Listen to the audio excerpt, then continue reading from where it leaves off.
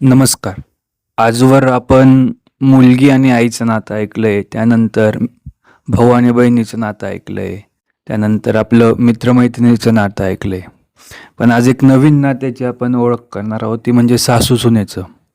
आणि आजच्या या मुद्द्यावर बोलण्यासाठी, कारण की हा सगळ्यात ज्वलंत मुद्दा आहे, आणि यावर बोलण्यासाठी आज आपल्याकडे तेजश्री थॉट्सचे सर्वेसर्वा सौ तेजश्री दुधाणे आलेले आहेत. तर सर्वप्रथम त्यांचे नमस्कार करतो मी. स्वागत. आता जो हा मुद्दा म्हटला सासू सुनेचा, कारण की तुम्ही एक पत्रकार, तुमचं ते पाहणं एक वेगळा दृष्टिकोन आहे. तर तुम्हाला काय वाटतं या नात्याविषयी? माझ्या मते तरी कसं आहे, सासू आणि सून यांचं नातं कसं असावं असं थोडक्यात विचारायचं. हा, बरोबर बरोबर. एक समोर ताट जेवणाचं वाढलेलं आहे, मग त्याच्यामध्ये मीठ, लोणचं, गोड पदार्थ, तिखट, आंबट, दही, भात, चपाती सगळं आहे. त्या समोरच्या भरलेल्या ताटात तुमच्या मनात विचार काय? सासू म्हणजे मीठ. बरोबर. तर तुम्ही तिथंच चुकलात. तर सासू म्हणजे माझ्या ताटातील त्या वाटीतील गोड गुलाबजाम किंवा गोड शिरा, एक स्वीट डिश. हा स्वीट डिश, हे समजून जेव्हा तुम्ही जगताल ना ते नातं, तेव्हा ते नातं खूप फुलत जातं.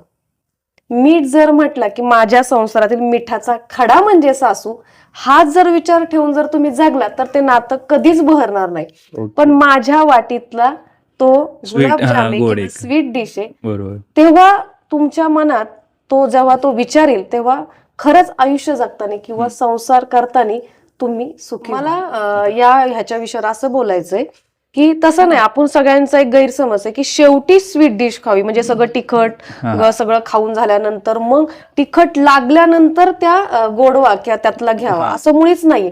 तर शेवटी स्वीट डिश खाल्ली ना की आपलं वजन पण वाढतं, हे माहिती का नाही तुम्हाला माहित नाही. पण जर जेवताना थोडासा गुलाबजाम मध्ये तिखट असं जर घेत राहिलं ना, तर ते जेवण छान जातं आणि वजन पण वाढतं. तसंच संसारात आहे. म्हणजे काय, तर सासू सुनेच्या नात्यातला गोडवा जर असा मधी मधी चाखत गेला ना, तर त्या नात्यातला आनंद पण घेता येतो, आदर पण टिकला जातो, आणि त्या व्यक्तीचा मान त्या व्यक्तीला त्यावेळी मिळत राहतो. बरोबर बरोबर. त्या व्यक्तीला दुसरी काही अपेक्षा नसते, फक्त त्या व्यक्तीला योग्य वेळी योग्य ठिकाणी मिळालेला मान आणि आपलं त्या व्यक्तीबरोबर असलेला कायमचा सहवास. म्हणजे कसं काय, थोडंसं घरात एखादी घटना घडली तर हळूच त्यांच्याकडून त्याविषयी, कारण ते झाड उगीच बहरलं नव्हतं, किंवा आता जरी त्याची पालवी पडायला आली असली तरी ते आधी बी होतं, मग तेही वाढलं. तीही कधीतरी सून होती, तीही त्या गोष्टीतून गेलेली आहे, म्हणून तिचे अनुभव हे मधी मधी चाखत राहणं हेही नात्यात गोडवा निर्माण करतच ना आपल्या. बरोबर. हा गोडवा आपल्याला घेता आलं पाहिजे. हा, पण आता आपण न्यूजपेपरमध्ये अनेकदा वाचतो, म्हणजे रोजच झालेलं एक, सुनेचे म्हणजे सासूच्या त्रासाला कंटाळून सुनेने घर सोडलं, माहेरी गेली. हे खूप केस वाढलेले आहेत आता. पण याच्यामध्ये आता काय होतं की बॉन्डिंग नाही राहिलं, बॉन्डिंग नाही, बोलणं नाही राहिलं. अगदी बरोबर आहे. आता काय झालंय, मुली सगळ्या शिकलेल्या आहेत, बरोबर. आणि जेव्हा माहेरचा उंबरठा ओलांडून ती मुलगी जेव्हा सासरी येते, तेव्हा तिच्या ऐकूनच सांगितलं तर सासू सासू अशी असते, सासू तशी असते, मग त्या मुलीच्या मनात येण्या अगोदरच धास्ती असते की माझी सासू अशी असणार आहे, त्याचं चित्र अगोदरच रेखाटलेलं असतं. बरोबर. पण याच्यामध्ये सगळ्यात जास्त चुकी मुलीची म्हणता येईल, त्या आईची म्हणता येईल. मुलीला जाऊन द्या, स्वतः सासूचा अनुभव घेऊन द्या. आधी सासू म्हणून तिला त्या चौकटीत अडकू नका. सासू ही मैत्रीण पण होऊ शकते, जसं माझं आणि माझ्या सासूचं नातं आहे. आम्ही एखाद्या गोष्टीवर जर एखादा विषय मांडायचा, दोघी खूप बोलतो, त्यांना खटकलं तर मला त्या ओरडतात, पण मी 2 मिनिटं शांत होते. हा, त्यांच्या वयानुसार त्यांना त्या विषयाला अनुभव वेगळा आहे, माझा अनुभव वेगळा आहे. मी जर एखादी गोष्ट करते, ती गोष्ट करताना मी वेगळ्या पद्धतीने करते आणि त्या वेगळ्या पद्धतीने करतात.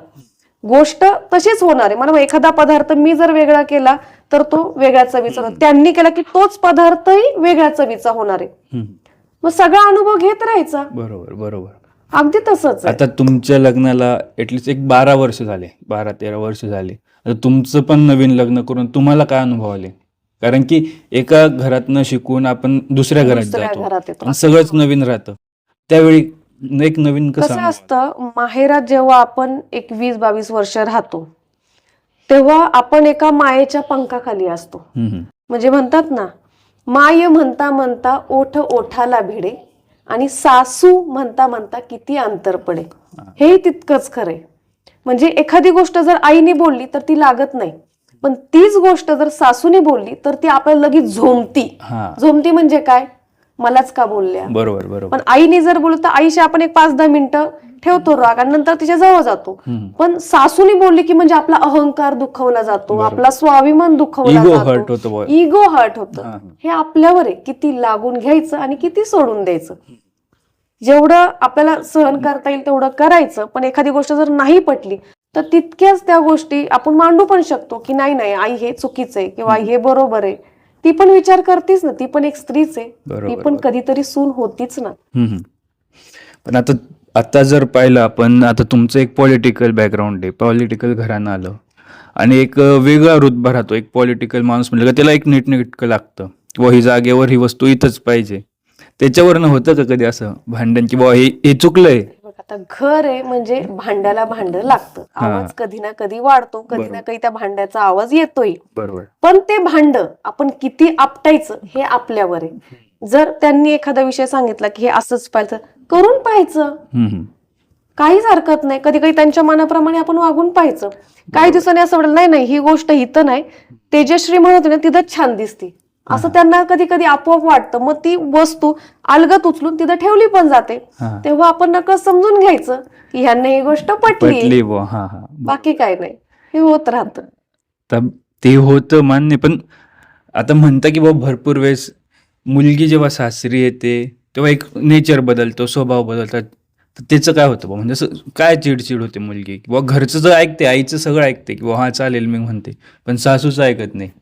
हे कसं असतं, या सगळ्या गोष्टी संस्कारावर अवलंबून असतात. म्हणजे आत्ताच्या मुलींचं काय झालंय, उंबरठा ओलांडला की आईने अगोदर धडाधड सगळं शिकून ठेवलेलं असतं आणि सासरी आल्यानंतर सगळं चित्र बदललेलं असतं. बरोबर आहे की नाही. पण तुम्ही मुलीला काही शिकवणार, तिला त्यात पडून द्या, स्वतः अनुभव घेऊन द्या. येणारे अनुभव तिला खूप काही शिकवतील. स्वतः तिला त्या घरात राहताना आपलेपणा निर्माण करून द्या ना. तुम्हीच अगोदर सासू अशी असती तशी आहे, तुझी सासू अशी का बरं, ते आधी सांगितलेलं असतं, ती सांगितलं. त्यामुळं संसार म्हणजे ही काही शाळा नाही. तुम्ही जेव्हा त्यात पडता तेव्हा चालता बोलता तुम्हाला जे अनुभव येतात त्यातून सासू आणि सुनेचं नातं अगदी घट्ट होत असतं. पण आता जे म्हणतात की बाबा शिकलेल्या मुली अनेक राहतात की ते जॉब पण करतात, पण ते म्हणतात की आम्हाला जॉईंट फॅमिली नकोय किंवा पूर्ण एक मोठा परिवार नकोय, मी आणि माझं हसबंड आहे, आम्ही एक सेटल होऊ, 2च जणांची फॅमिली. सांगू का, एकत्र फॅमिलीत जी मजा आहे म्हणजे सासू सासरे दीर जावा नंदा यांच्या सगळ्यांबरोबर राहण्यात जी मजा आहे ती 4 माणसाच्या कुटुंबात नाही. म्हणजे काय, जरी आज मी कुठं बाहेर गेले तरी मला माहिती आज माझी सासू घरी, माझी मुलं घरी, एक तो धाक राहतो बॉम्ब आणि कोणीतरी नजर आहे, संस्कार पण मुलांवर राहतात. आणि मी निर्धास्त राहते की मी आज बाहेर आहे, माझ्या मुलांना सासू काय उपाशी ठेवणार नाही, खायला प्यायला तर घालील. म्हणजे तो एक आधार असतो. त्यामुळं सासू घरात हवीच, मी त्या मताची. पण आता काय होतं की कधी कधी सुनेचं जे बॉन्डिंग असतं ते सासऱ्यासोबत जास्त असतं.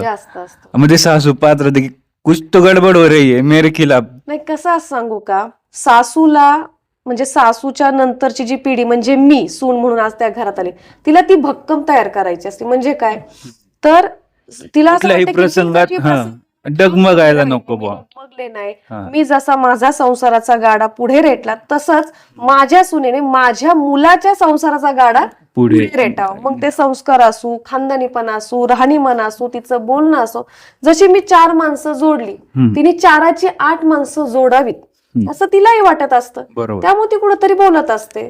आणि आता मी शेवटाला जाताना एक विचारतो की आदर्श सासू याचं व्याख्या काय म्हणणार तुम्ही, किंवा एका शब्दात सासूला एक उपमा द्यायची राहिली तर काय देणार?